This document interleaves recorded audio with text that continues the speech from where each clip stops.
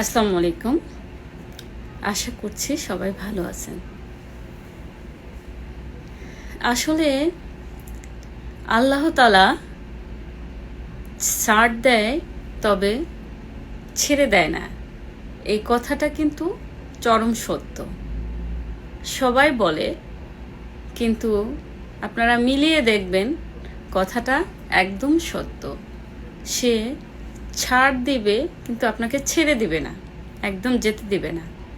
তো সেই জন্য আমরা যারা হিউম্যান বিং আছি দুনিয়াতে, আমাদের একটু সতর্কতার সাথে কথা বলা এবং মানুষের সাথে আচরণ করা উচিত। কারণ আমরা কিভাবে কথা বলি, কিভাবে ব্যবহার করি মানুষের সাথে, এইটার যদি আমরা যখন মারা যাব, তখন যেন আমাদের পিছনে মানুষ যেন না হাসাহাসি করে, সেই দিকে যেন আমরা একটু খেয়াল রাখি। কারণ একজন মৃত্যু ব্যক্তি, সে দুনিয়ার থেকে বিদায় নিয়েছে, তাকে নিয়ে হাসাহাসি করা, তাকে নিয়ে ট্রোল করা, এটা আমার পছন্দ না। এই জন্য, কারণ ওনার হিসেব এখন সম্পূর্ণ আল্লাহর হাতে। সে আল্লাহর সাথে তার বোঝাপড়া হবে, আমাদের সাথে তার আর কোনো দ্বন্দ্ব নেই। তো আপনারা যারা ট্রোল করতেছেন একজন মৃত্যু ব্যক্তিকে নিয়ে, প্লিজ আপনারা বন্ধ করুন। আর আরেকটা জিনিস, জুলাইয়ের যোদ্ধারা দেখেন, খুব বেশি দিন সময় লাগেনি। জুলাইয়ের যোদ্ধারা কিভাবে একটার পর একটা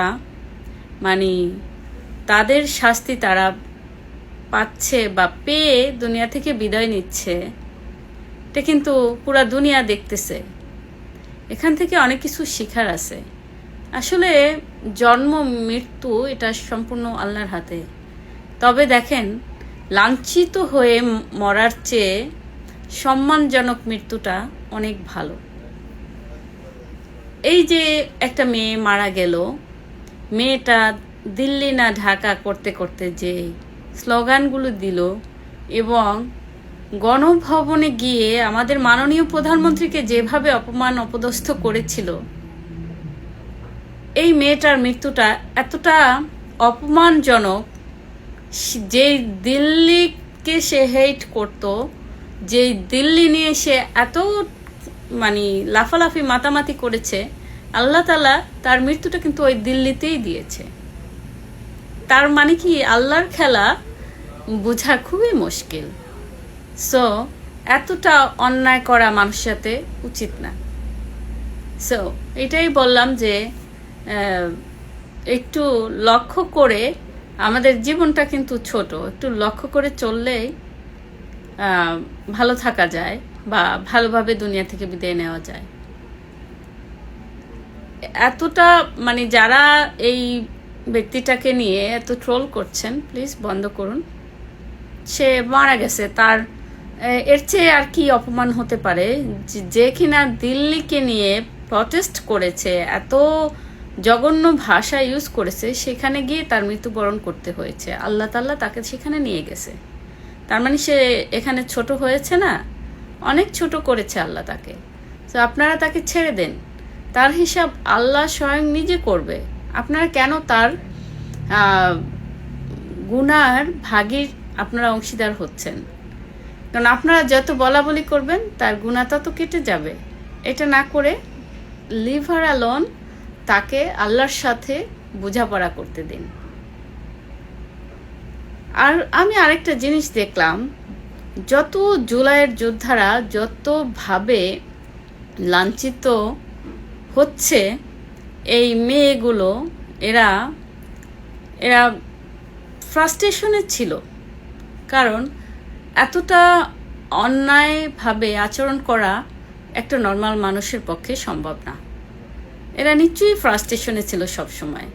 না হলে কি কেউ রুমের মধ্যে আত্মহত্যা করে, কি জঘন্য জায়গায় গিয়ে গিয়ে তাদের ইনসিডেন্ট হয়েছে, আমরা সবাই দেখতে পেলাম কতভাবে তারা লাঞ্ছিত হয়েছে।